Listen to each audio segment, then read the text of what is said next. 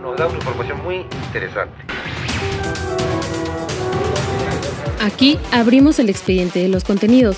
Se cuestiona lo que vemos y escuchamos, pero sobre todo tú tienes el micrófono. Esto es Derecho a Saber.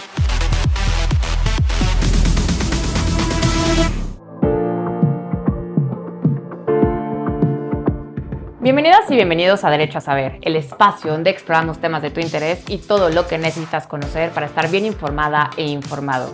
Soy Gaby Ortiz Portilla, tu defensora.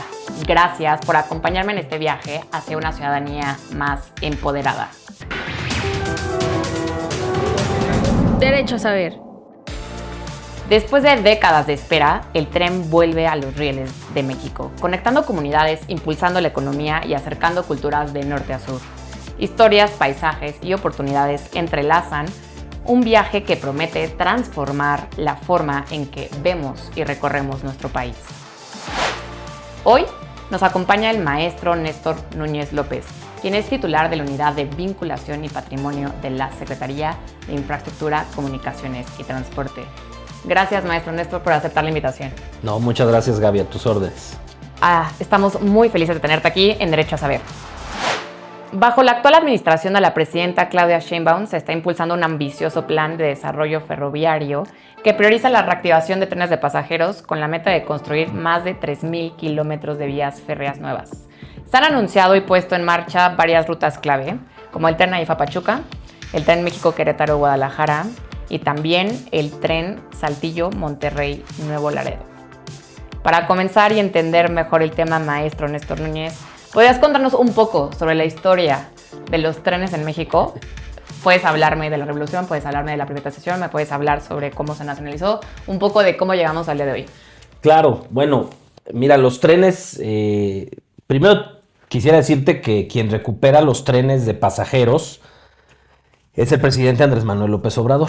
Uh-huh. Y la presidenta Claudia Sheinbaum Pardo está, la verdad, incrementando la recuperación del tren como una posibilidad de movilidad al interior de la República y ampliando la red de una manera extraordinaria, como retomando toda la infraestructura ferroviaria que tiene nuestro país. La infraestructura ferroviaria que tiene México, como bien decías, Gaby, uh-huh, es pues de la época del Porfiriato, de finales de hace 2 siglos, de 1880, 1890, se comenzaron a construir, llegaron a México los ferrocarriles y se empezaron a construir fundamentalmente, eran trenes de pasajeros y en menor medida trenes de carga.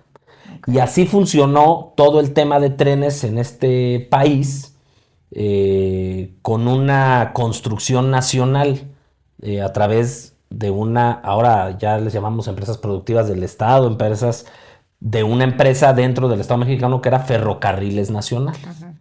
Y tuvimos algunos, los que nacimos el siglo pasado y todavía, ahora que está de moda la generación Z, pero que tuvimos la oportunidad todavía de viajar en tren de pasajeros. Fíjate, yo viajé saliendo de la estación de Buenavista todavía hasta Hermosillo me fui en tren. No eran recorridos rápidos, o sea, de aquí a Guadalajara, si mal no recuerdo, hice como 12 horas en el tren, bien, pero todavía teníamos un proceso de trenes. Y en los años 90, en 1994, 1995, en el sexenio del expresidente Ernesto Zedillo, pues como parte de estos procesos de privatización de muchas cosas que hacía el Estado con el discurso de que el Estado lo hacía mal, porque no generaba ingresos y había que estar subsidiando cosas. Era un poco el discurso que nosotros sostenemos, que es el neoliberalismo, de donde se definió que había que disminuir al Estado a su más mínima expresión y que todo lo demás lo tendría que hacer el sector privado. Se privatizaron los trenes. Yeah. Y quienes se quedaron con las concesiones de trenes, que se quedaron con concesiones de 30, 50 años, siguen vigentes al día de hoy. Yeah. Decidieron desaparecer los trenes de pasajeros porque no costeaban. Ok. Porque no eran competitivos. Tú te subías, ahorita te decía, en 1990. 12 horas. Yo me debo de haber subido un tren en el 95, 96, Ok. justo en este proceso de privatización. Y hacías 12 horas. Y ya teníamos carretera a Guadalajara en la que hacía 5. Ok. Entonces, no era atractivo ni había no era competitivo para que te subieras mejor al tren que a la carretera. Entonces, dejó de tener usuarios los trenes y los concesionarios dijeron, no, yo no voy a estar subsidiando el tren de pasajeros. Retiró los trenes de pasajeros y metieron puro tren de carga. Y más o menos del 97 al 2000 desaparecieron los trenes de pasajeros, salvo los turísticos, como el Chepe, que es muy famoso, muy conocido fundamentalmente en el estado de Chihuahua. Uh-huh. Y así nos aventamos del 2000 al 2021, regresando de pandemia, que el presidente López Obrador decidió recuperar un tren de pasajeros. Bien. Y el tren de pasajeros que recupera el presidente López Obrador es el Tren Maya, que fundamentalmente es un tren turístico, no es un tren que necesariamente vaya a conectar a la gente de Cancún y de Mérida con la de Palenque, uh-huh. Por poner algunas de las estaciones. Por supuesto que hay gente que lo utiliza en el día a día para moverse entre algunas zonas de estos estados de la República en la península de Yucatán, donde tenemos el tren, pero fundamentalmente está pensado como un tren turístico. Bien. O sea, ya es un tren turístico y ahora vamos a la parte de pasajeros. Pero me mencionabas que el presidente Andrés Manuel López Obrador fue quien retoma estos proyectos. ¿Y cuál consideras que ha sido el principal impacto de esta decisión en el país? Pues recuperar un derecho humano como es la movilidad. Yo creo que eso es fundamental. Esto no tiene que ver, o sea, ahora en el debate político es que el Tren Maya no genera ingresos y lo tenemos que subsidiar. Pues sí, pero garantiza el derecho humano a la movilidad, garantiza que la gente se pueda mover. Su función principal, como te decía, del Tren Maya es turística. Y por eso el presidente López Obrador habilitó también que sea de carga. Es decir, para que junto con lo de carga y lo que se obtenga de pasajeros, un poco el subsidio no tenga que ser tan grande. Es decir, se vuelve complementario.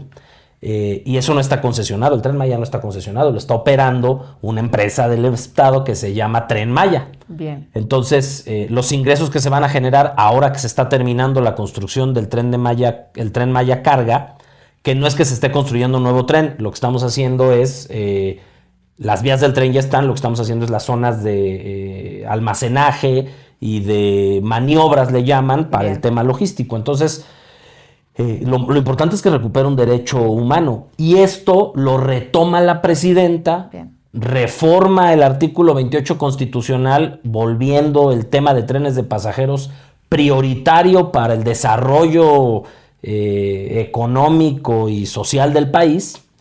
Y ahora nos movemos a lo que se ha llamado los trenes del norte, donde la presidenta está retomando lo que decíamos al principio, las vías ferroviarias de la revolución del porfiriato. Bien. Y en esa ruta estamos construyendo, lo decías muy bien al principio, poco más de 3,000 kilómetros de trenes de pasajeros, donde vamos a convivir con la carga.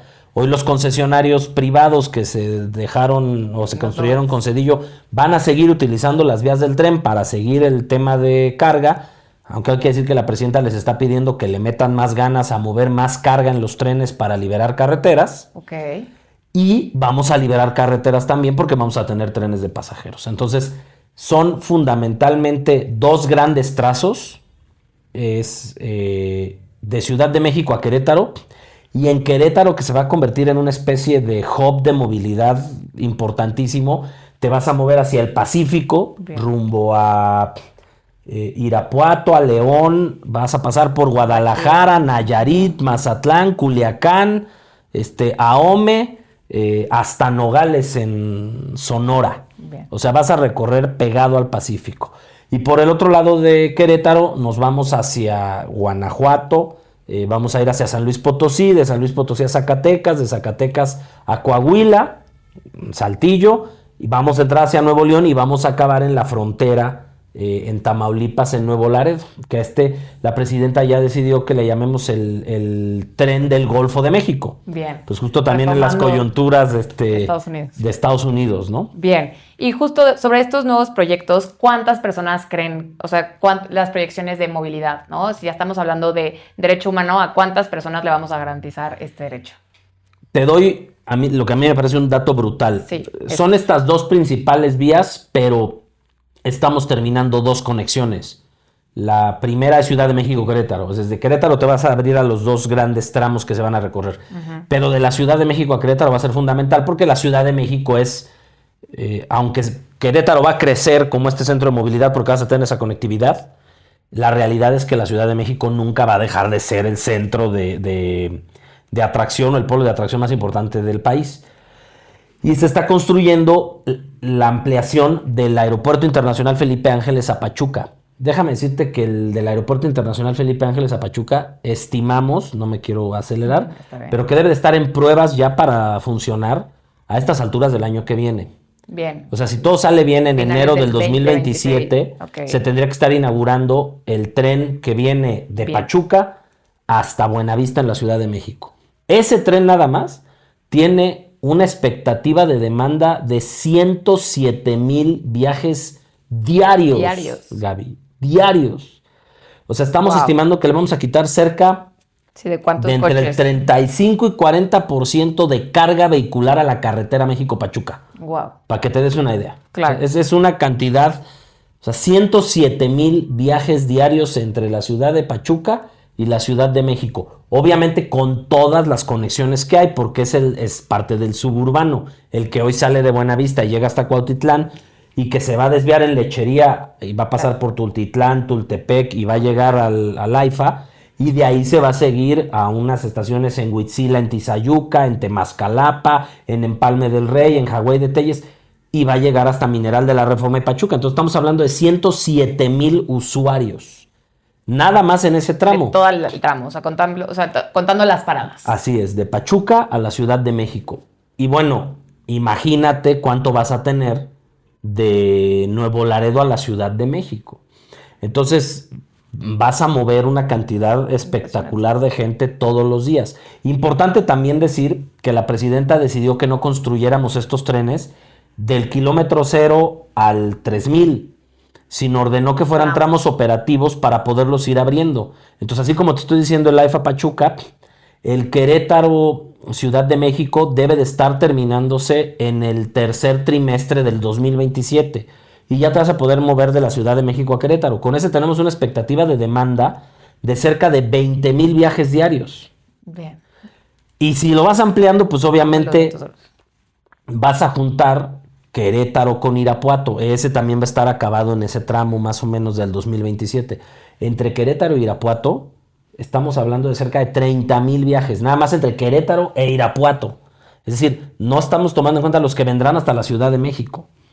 Entonces, lo que decías al principio, vamos a reconectar una cantidad de poblados que en su momento en la revolución se establecieron al lado de las vías porque pasaba el tren para poderse mover, y que una vez que se privatizó y se dedicó solo al tren de carga, dejaron de tener la posibilidad de moverse. Y entonces ahora vamos a volver a pasar el tren por ahí de pasajeros y vamos a reactivar y a conectar una cantidad de poblados, no solo de municipios, sino dentro de los propios municipios poblados donde tenemos, no pondremos estaciones, pondremos paraderos.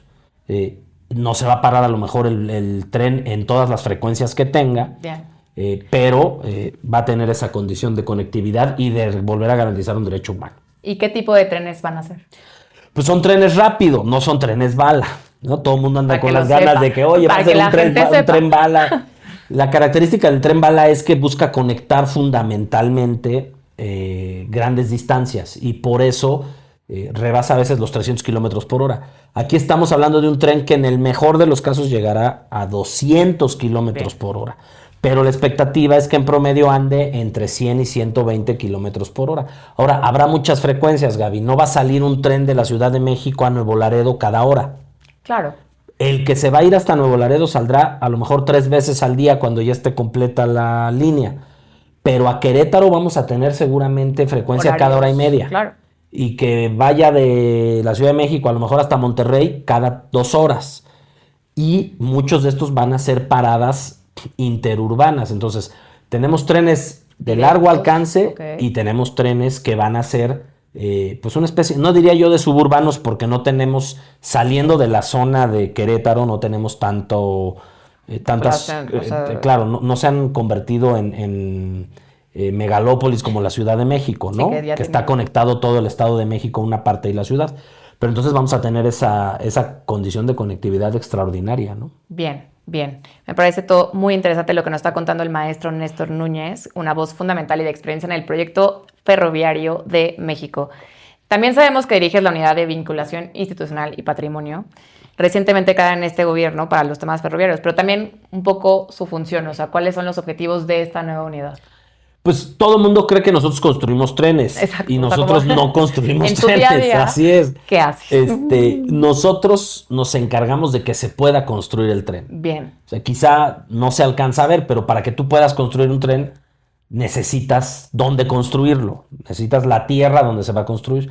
Y esa es la chamba fundamental de la unidad de vinculación. Nosotros nos hacemos cargo de comprar el derecho de vía, que así se llama esta tierra por donde va a pasar el tren. Y a eso nos dedicamos fundamentalmente. Entonces nuestro trabajo es multidisciplinario e institucional. Nosotros vemos temas, por supuesto, con municipios, con gobiernos de los estados, porque ellos son los que tienen el catastro, el registro público de la propiedad, para que vayamos a investigar. Cuando nos dice la Agencia Reguladora de Transporte Ferroviario y el Agrupamiento de Ingenieros Militares Felipe Ángeles, por dónde va a pasar el tren, yo tengo que ir a saber quién es dueño de por dónde quieren que pase el tren. Y una vez que sabemos por dónde va a pasar y que ya sabemos quién es, pues tenemos que pedirle al INDAVIN, al Instituto de Administración y Avalúo de Bienes Nacionales, que nos diga cuánto vale la tierra ahí. Wow. Y ya con esa información vamos a ver a las personas en los estados, a platicar con ellos, a negociar cuánto tenemos nosotros para poderles adquirir, de acuerdo a lo que nos dice el INDAVIN. No es un avalúo comercial, es un avalúo que se hace desde gobierno. La verdad es que son avalúos muy bien hechos por expertos, muy cercanos a los avalúos comerciales, y vamos y negociamos este proceso. Todo esto, además, te decía que es no solo interdisciplinario, lo hacemos de manera interinstitucional, lo hacemos de la mano de la SEDATU, y trabajamos con el Registro Agrario Nacional, con la Procuraduría Agraria, trabajamos con la CONAGUA, con Pemex, con Senagas. Te decía que con estados y con municipios, trabajamos con el Instituto Nacional de Antropología e Historia. O sea, en este proceso de compra, de liberación de derecho de vía, hay más de 10 instituciones trabajando en el mismo tramo. Cada metro que liberamos tiene la participación de estas instancias. El INPI, por ejemplo, ahorita en Ciudad de México, Querétaro, encontramos 13 comunidades indígenas en 8 ejidos. Y pues tú sabes que también una cosa importante que ha ocurrido en la Cuarta Transformación es revolverle sus derechos y su relevancia a los pueblos originarios. Entonces estamos yendo a consultas indígenas y nos acompaña el Instituto Nacional de Pueblos Indígenas, nos acompaña la Secretaría de Gobernación y hacemos la consulta indígena para que aprueben el proyecto y podamos que pase el tren por esas zonas. Entonces,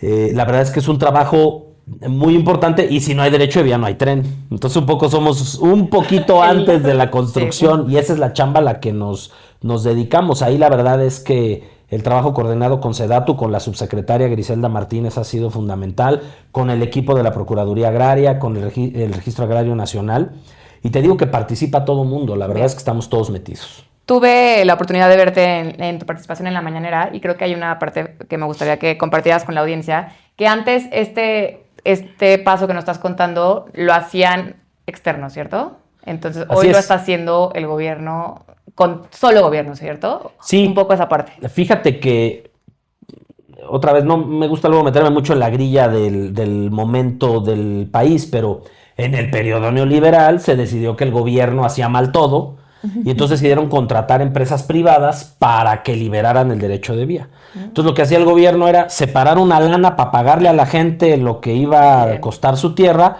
y además, en lugar de hacerlo el Estado, contrataba una empresa para que fuera y hiciera la chamba. Okay. ¿Qué hacía la empresa? La investigación en el registro público, levantamiento a veces de los planos topográficos Porque una vez que dices a la gente te voy a comprar tanto, pues tienes que decirle te voy a comprar de aquí a acá. Sí. Y tiene que quedar en la escritura porque la vas a desincorporar de su propiedad para que quede bajo resguardo de la federación y uno lo destine al uso de los trenes. Todo eso se contrataba, entonces era doble el gasto. Ahora la presidenta decidió, tuvimos una mala experiencia en el gobierno del presidente López Obrador. Ok. Cuando empezó el Tren Maya se contrató a unas empresas privadas. Bien. Y se hizo una pachanga, se volvió un tema complicado. Y empezó todo esto que conocemos de los amparos de Sélvame el tren, lo de y de todo ambiental, esto. toda esta parte. Se empezó todo un problema porque la empresa liberadora o las empresas liberadoras pues difundían información que a final de cuentas por tratarse de proyectos estratégicos pues son de seguridad nacional. Entonces empezaron a generar una serie de problemas con las empresas privadas. Al final el presidente López Obrador le encargó tramos específicos a diversas secretarías para que resolvieran el derecho de vía. Y la presidenta en transición se da cuenta de eso y dice, no repitamos esto. El presidente López Obrador la aconseja y le dice, resuelve este tema. Y entonces, ¿qué decide ella? Pues un poco construir internamente, no existimos en la norma, pero se construye de hecho, obviamente con las facultades de derecho que tiene cada institución de la Administración Pública Federal, y construimos una liberadora del Estado.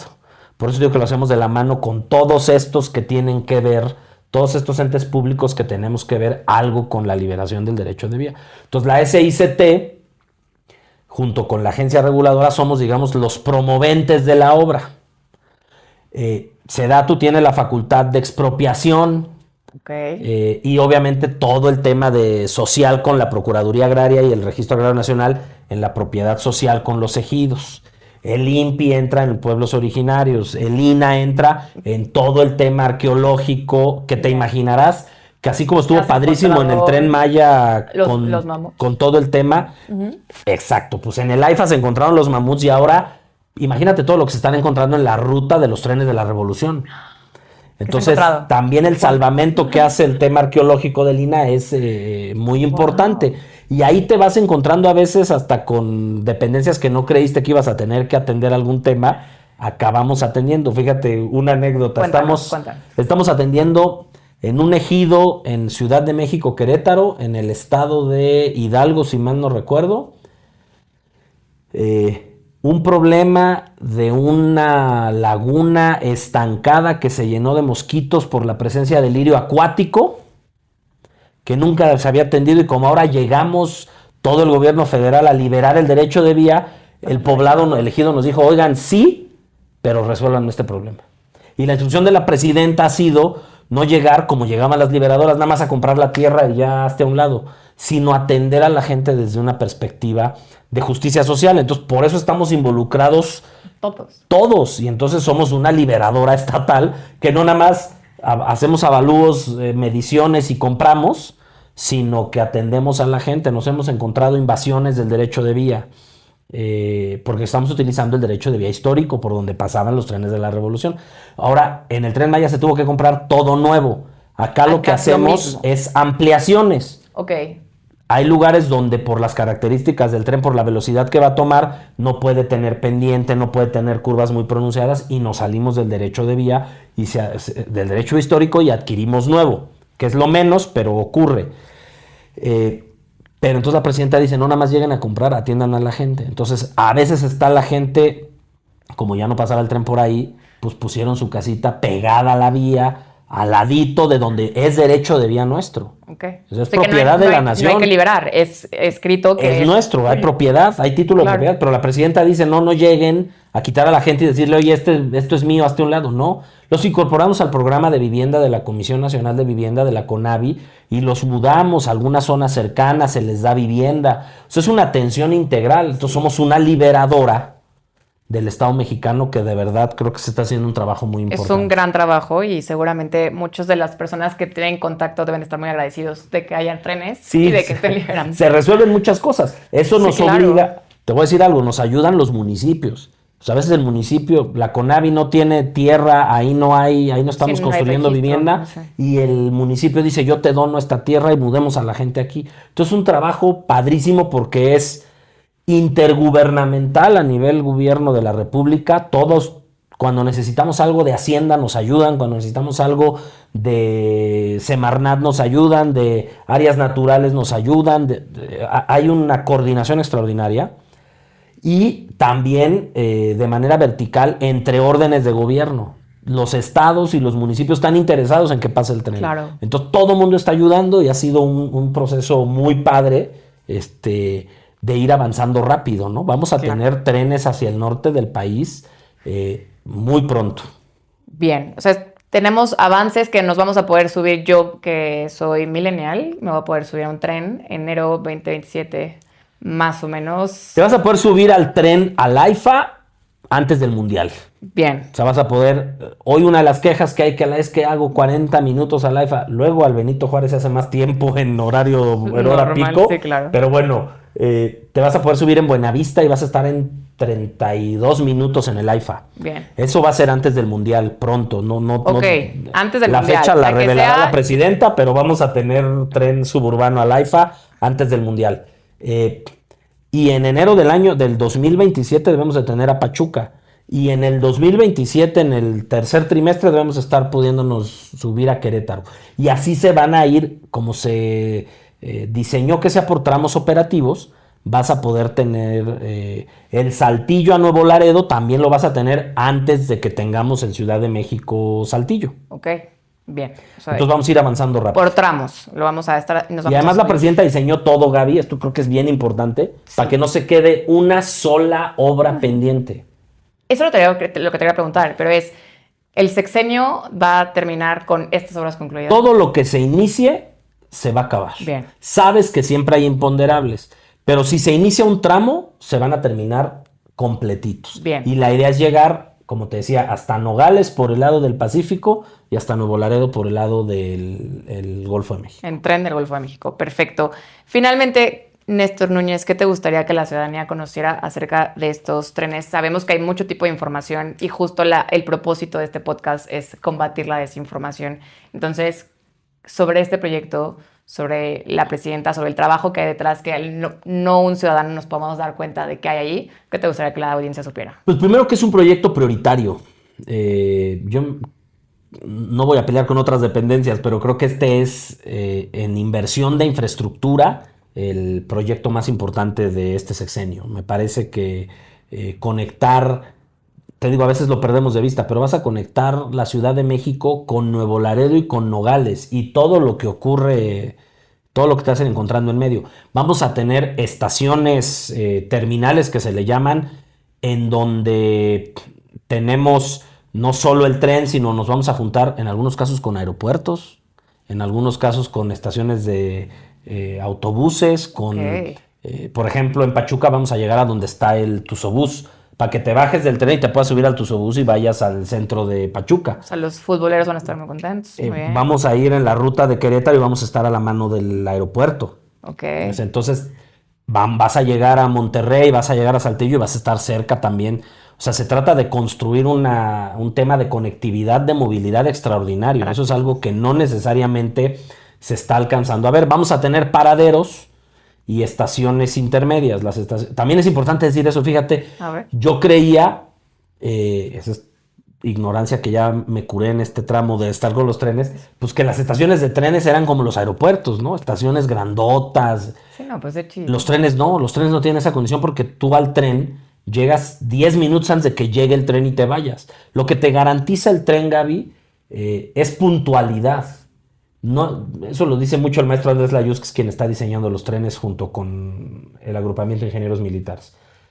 El tema del tren no es la velocidad, porque todo el mundo quiere saber a qué velocidad va a ir el tren. ¿Va a ir a 500 kilómetros por hora? No, va a ir entre 100 y 120. Pero lo relevante es que si el tren te dice que vas a llegar a la 1:07, Vas a llegar a la 11. vas a llegar a la 1:07, porque vas confinado, los trenes van confinados. No va a haber cruces a nivel. Hoy, uno de los grandes problemas que tenemos con los trenes de carga es que hay mucho cruce a nivel y por eso tenemos accidentes. Nosotros vamos a encapsular los trenes. Entonces, una vez que agarre velocidad, no se frena hasta que llegue a su siguiente parada. Entonces, esa puntualidad te la va a dar esa seguridad de que vas a llegar. Y va a ser competitivo en precio y en tiempo con el avión. Justo mi siguiente pregunta, en tema de precio, O sea, no sé cuánto cueste hoy un boleto México-Monterrey, pero va a ser competitivo. Va a decir, prefiero irme a Monterrey. Va a ser competitivo, claro. A ver, hay que llegar al momento de tener los precios que va a tener el tren. Hoy tienes a veces vuelos a Jalisco, a Guadalajara o a Monterrey que están en 900 pesos. Ya que le sumas el TUA y le sumas la maleta y le sumas todo, ya se te van a 2,000. Sí. Pero van a estar en eso o abajo. Bien. Y vas a hacer todo lo que en tren hagas entre 20 minutos y 5 horas y media es competitivo con el avión. Porque al tren no tienes que llegar 2 horas antes. Claro. No tienes que pasar seguridad. Adentro del tren hay seguridad. Entonces no tienes que estar revisando quién se sube, con qué se sube. Es una condición distinta. ¿Y en esto cómo vas a garantizar la seguridad? O sea, si no hay un tema que alguien te revise porque llevas tu maleta. Sí, por supuesto vas a pasar filtros, pero no como los del aeropuerto. Claro. ¿No? Acá no documentas la maleta. Acá te subes con tu maleta y te subes al tren y la subes al espacio de arriba o la dejas donde puedas. El tren tiene una condición de seguridad muy distinta. Todos los trenes, si alguna vez han ido al Tren Maya, van con personal de seguridad adentro del tren. Bien. Entonces, pues es un transporte. Estadísticamente, el medio de transporte masivo más importante y más seguro es el avión. Pero en términos de limpieza, pues eso también es algo que no se alcanza a ver, ¿no? Van a ser trenes eléctricos o híbridos de biodiesel. Entonces vas a contaminar mucho menos de lo que contamina un avión. Entonces, creo que estas son de las cosas que van a ser muy importantes para la gente. Las 3 tipos de estaciones, quizá lo relevante del paradero es que eso significa que a lo mejor tú crees que en medio de la nada, pero el tren se va a parar una vez por lo menos al día ahí. Wow. Y entonces eso te va a permitir moverte y de manera más económica, ¿no? Claro, garantizando el derecho a la movilidad. Así es. De nuevo, Néstor Núñez, gracias por este tiempo, gracias por aceptar esta invitación a Derecho a Saber. No, a ti muchísimas gracias y saludos a todos. Soy Bertis Portilla, tu defensora. Gracias por acompañarnos en este podcast de Derecho a Saber sobre los trenes en México. Síguenos en Spotify como Derecho a Saber y en Instagram, Facebook, X, TikTok como Defensoría de la Audiencia, el canal del Congreso. Nos vemos a la siguiente. Nos da una información muy interesante. Derecho a Saber.